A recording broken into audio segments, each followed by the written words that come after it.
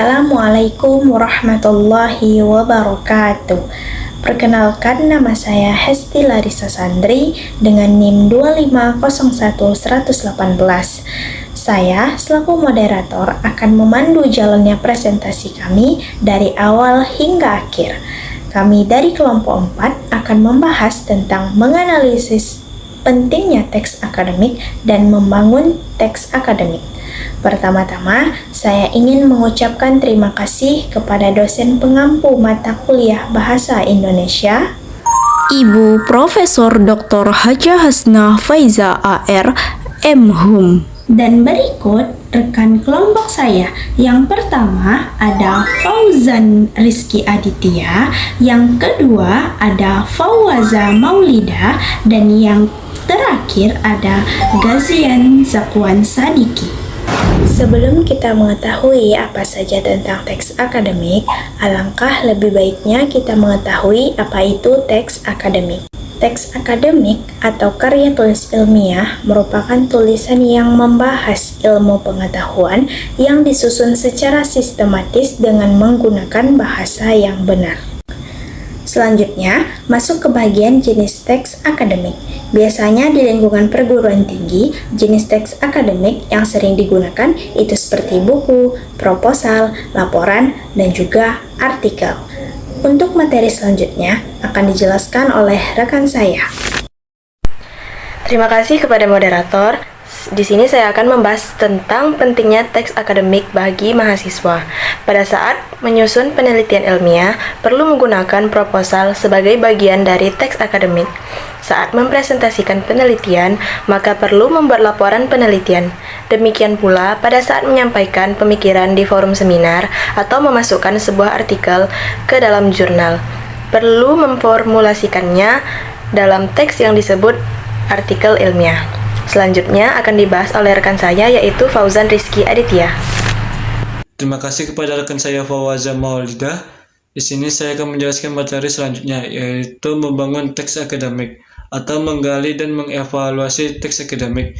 Yang pertama ada teks akademik sifatnya sederhana, yaitu sebuah tulisan yang menyampaikan informasi akademik dengan cara mudah dipahami dan tanpa mengorbankan kejelasan yang detail.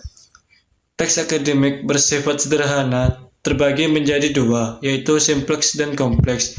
Yang kedua ada teks akademik padat informasi, yaitu sebuah tulisan yang menyajikan data, argumentasi, dan analisa secara ringkas dan menyeluruh.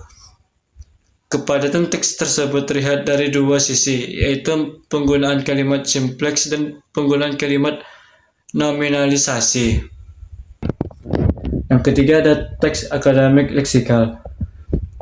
Dalam teks akademik lebih banyak menggunakan kata leksikal daripada kata struktural.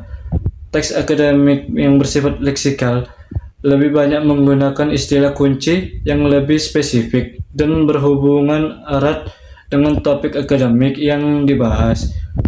Yang keempat, teks akademik banyak memanfaatkan nominalisasi. Nominalisasi berguna dalam membuat informasi menjadi padat. Proses pembedaan dilakukan dengan merombak leksis non-benda seperti kata kerja, sifat, dan sebagainya menjadi nominal. Yang kelima, teks akademik banyak memanfaatkan metafora gramatika melalui ungkapan inkongruen. Pengertian dari metafora gramatika adalah berpindahnya satu leksis ke leksis lainnya, atau susunan gramatika tertinggi ke lebih rendah. Proses perwujudan dengan cara inkongruen adalah berlandaskan pada realita. Baik, untuk selanjutnya akan dijelaskan oleh rekan saya Gazian Zakwan Sadiki. Sebelumnya perkenalkan, nama saya Gazian Zakwan Sadiki. Saya di sini akan melanjutkan penjelasan tentang membangun teks akademik. Oke, yang keenam, teks akademik banyak memanfaatkan istilah teknis, karena istilah teknis merupakan bagian yang esensial dalam teks akademik. Yang ketujuh, teks akademik bersifat taksonomi dan abstrak. Penyusunan suatu susunan bahasa yang semula dari kejadian-kejadian duniawi yang disampaikan dengan bahasa sehari-hari menjadi ilmiah dengan susunan yang sistematis, atau dalam hal ini disebut pemindahan deskripsi menjadi klasifikasi. Yang kedelapan, teks akademik banyak memanfaatkan proses relasional, identifikasi, dan proses relasional atributif.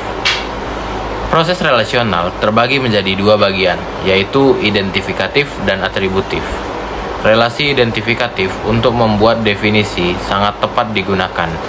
Atributif digunakan sebagai sarana untuk menghasilkan penjelasan dengan memperlihatkan ciri, sifat, atau keadaan benda yang dibahas tersebut. Yang kesembilan, teks akademik bersifat monologis dengan banyak mendayagunakan kalimat indikatif deklaratif.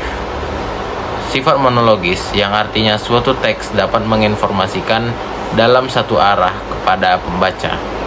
Yang ke-10, teks akademik memanfaatkan bentuk pasif untuk menekankan pokok persoalan, bukan pelaku, dan akibatnya teks akademik menjadi objektif, bukan subjektif. Yang ke-11, teks akademik tergolong ke dalam genre faktual, bukan genre fiksional, sesuai dengan fakta yang sebenarnya terjadi, bukan kejadian yang dibuat-buat. Mungkin itu saja yang dapat saya sampaikan. Saya kembalikan ke moderator. Itulah pemaparan kami tentang teks akademik. Semoga apa yang kami sampaikan dapat bermanfaat bagi teman-teman semuanya. Terima kasih atas perhatiannya. Saya akhiri. Wassalamualaikum warahmatullahi wabarakatuh.